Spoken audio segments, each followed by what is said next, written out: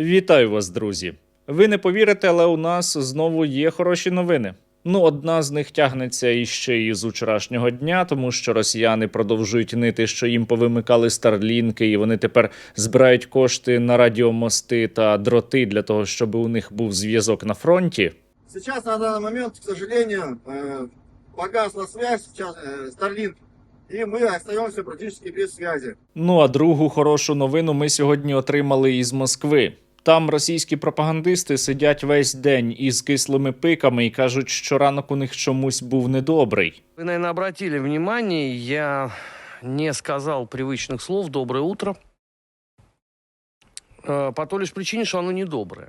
Рано вранці російський генерал у самих трусіках виходив зі своєї квартири на 20 якомусь поверсі у Москві для того, щоб потім поїхати на роботу, де він мав організовувати вбивство українців, аж раптом трапився Бандеровский террор. Невідома добра людина, дотична до Сил безпеки та оборони України, здійснила замах на російського генерала, дуже високопоставленого. В Москве совершено покушение на героя России, генерал-лейтенанта Алексеева. Пом-пом-пом. На жаль, він вижив. Принаймні, поки що, на момент, коли я записую це відео. І ми з вами поговоримо про цю прекрасну історію детальніше, але спершу про найважливіше, а вже ж про ваш донат на поточний русоріз. Ми маємо досить багато незакритих запитів зі Слов'янського напрямку, і у Покровську та Мирнограді чекають на нашу із вами допомогу, тому я дуже прошу закинути по 2 гривні. Реквізити, як завжди, в описі. Це реальна допомога на фронті, яка щодня працює по ворогу. І для того, щоб не пропустити нові випуски, звісно, негайно, просто зараз підпишіться на мій канал. А щоб це відео побачили якомога більше людей, натисніть лайк до нього та залиште будь-який коментар. До речі, якраз учора у Об'єднаних Арабських Еміратах завершився черговий раунд переговорів між Україною, Сполученими Штатами Америки та так званою Російською Федерацією. І от російську делегацію очолював якраз начальник ГРУ Генерального штабу Збройних сил так званої Росії, а у Москві сьогодні вранці стріляли у його першого заступника. І це прекрасно, тому що, по-перше, генерал Алексєєв – це легітимна військова ціль.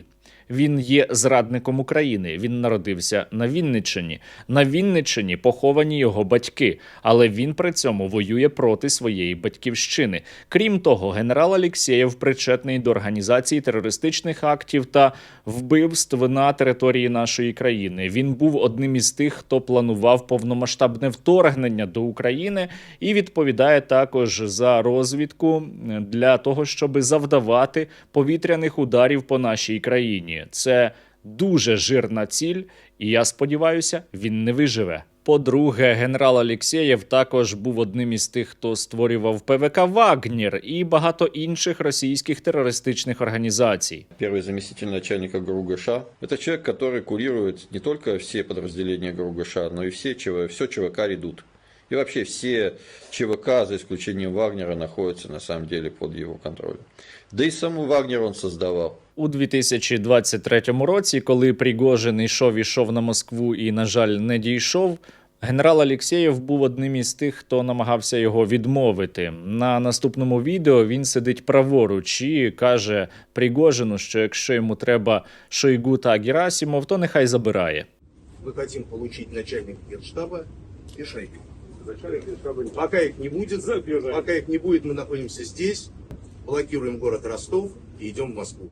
За останні роки Сили безпеки та оборони України ліквідували далеко не одного російського генерала. Багатьох із них було знищено або у Москві, або у Підмосков'ї. І це чіткий сигнал російському генералітету. Війну треба закінчувати. Або будуть закінчуватися російські генерали.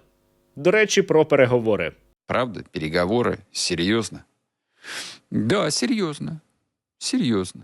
Як я й казав до того, учора у Об'єднаних Арабських Еміратах завершився черговий раунд україно-американсько-російських переговорів, які за заявою американської, російської сторони та за заявою представників України були дуже конструктивними. Я думаю, що Трамп, коли буде коментувати цей раунд переговорів, скаже, що він точно тепер зможе завершити війну за 24 години. Я вчора бачив, що у соціальних мережах викликала деяке збурення заява Умєрова, а саме цитата, що протягом 2 днів делегації провели широкі обговорення решти невирішених питань, зокрема методів упровадження перемир'я та моніторингу припинення бойових дій. Звучати це може так, наче вже обговорюється перемир'я, яке нібито скоро має настати. Але це насправді не так, тому що росіяни кажуть, що вони підуть на припинення вогню тільки тоді, коли Україна погодиться підписати умови, які можна називати тільки капітуляційними, за якими ми маємо відмовитися офіційно від своїх власних територій і вивести свої війська із території України, що є абсолютно неприйнятним. Тому поки що це розмови про механізм, який буде колись потім після війни, але спершу війну треба іще завершити. Росіяни ж не планують її зупиняти. Росіяни не відмовляються від своїх максималістських цілей, які полягають у тому, щоби знищити українську державу та поневолити українців. Досі невирішеними залишаються найбільш принципові питання, зокрема гарантії безпеки для України. У той час, як наші партнери кажуть, що ми отримаємо колись, потім, після завершення війни, дуже серйозні гарантії, а що заважає їх надати нам зараз? Росіяни відкидають взагалі будь-які гарантії безпеки для України, а особливо ті, які передбачають розміщення іноземних військ на нашій території. Для нас это категорически неприемлемо. Россия неоднократно заявляла, что размещение войск западных стран на территории Украины под каким бы то ни было флагом будет представлять угрозу нашей безопасности. Эти войска будут рассматриваться нами в качестве законной военной цели. Нерозв'язаним залишається, як то кажуть, і територіальне питання. Росіяни все ще вимагають, щоб ми відмовилися від своїх власних територій, а вчора вони ще зробили вкид через анонімне джерело, що, мовляв, тепер не тільки Україна має визнати, що території України – це території так званої Росії, а й наші європейські партнери також повинні на це погодитися офіційно. Это бред. Но этот бред весьма и весьма показательный. І це вже нова умова, яку висувають росіяни.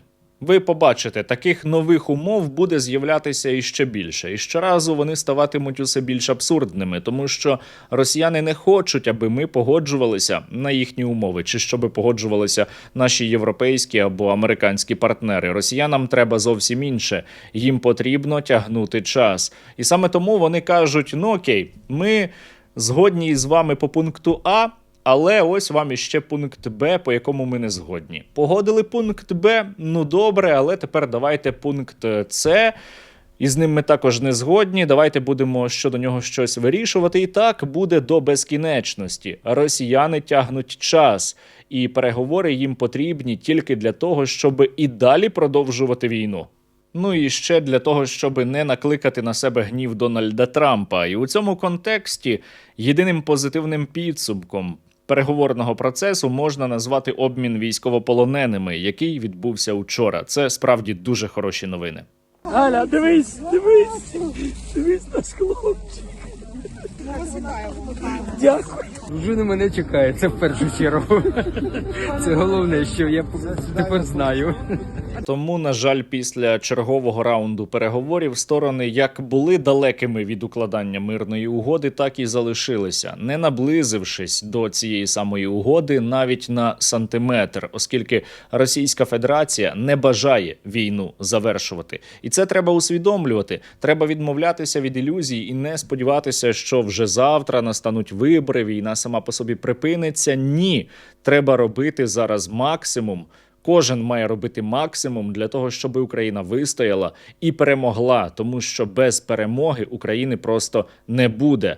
Це екзистенційна війна, і у нас, на жаль, немає іншого вибору. Разом із тим, учора з'явилися новини про те, що американські військові планують тісніше комунікувати із військовими російськими. Це частково зрада, а частково ні. Тому що є такий договір про стратегічне наступальне озброєння СНО-3, і 5 лютого, тобто учора, завершився термін його дії. За даним договором передбачалося, що Сполучені Штати Америки та так звана Російська Федерація будуть скорочувати свої ядерні озброєння. І от цей договір сьогодні вже не працює. А це означає, що Сполучені Штати Америки будуть намагатися далі підтримувати діалог із росіянами, і саме тому така заява була учора зроблена. Але водночас вони займуться модернізацією і, напевно, нарощенням свого ядерного потенціалу. Особливо на тлі того, що до цього договору ніколи не долучався комуністичний Китай, який зараз активно нарощує свої ядерні арсенали. І в цьому контексті так звана Російська Федерація опиняється у дещо неприємному становищі. Вона має багато економічних проблем, грошей на війну не вистачає, а зараз треба буде іще багато мільярдів доларів витрачати на ядерний арсенал. Я зичу так званій Росії витратити на це якомога більше коштів, тому що чим більше вона витратить грошей, тим швидше в неї економіка остаточно впаде. Ну а для того, щоби падали і більше ніколи не вставали із української землі, російські окупанти, наше військо завдяки вам отримало іще 160 нових FPV. Бажаю здоров'я, незламні українці. Ми, бійці 1-го штурмового батальйону 210-го окремого штурмового полку, висловлюємо щиру подяку Сергію Стерненка та його спільноті за придбані та надані нам ці прекрасні FPV-дрони, які допоможуть нам краще, ефективніше вбивати наших ворогів і наближати нашу перемогу. Слава Україні! Героям слава! Вітаю, ми бійці 2-го батальйону 101-ї бригади. Дякую спільноті Стерненко за передачу 30 дронів Fiber Crab. Ми, в свою чергу, зробимо усе, щоб вони були призначені для своєї роботи. Дякую. Слава Україні! Героям слава! Бажаю здоров'я. Рота Блекхаб 100-ї окремої механізованої бригади висловлює щиру подяку спільноті Стерненка за наданих 50 FPV дуже крутих дронів.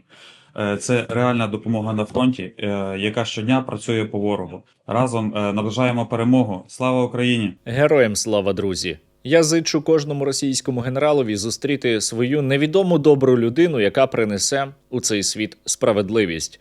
Кожен російський воєнний злочинець рано чи пізно буде покараний. Ну а для того, щоб покарання приходило до російських солдатів якнайшвидше, продовжуйте і далі допомагати силам безпеки та оборони України.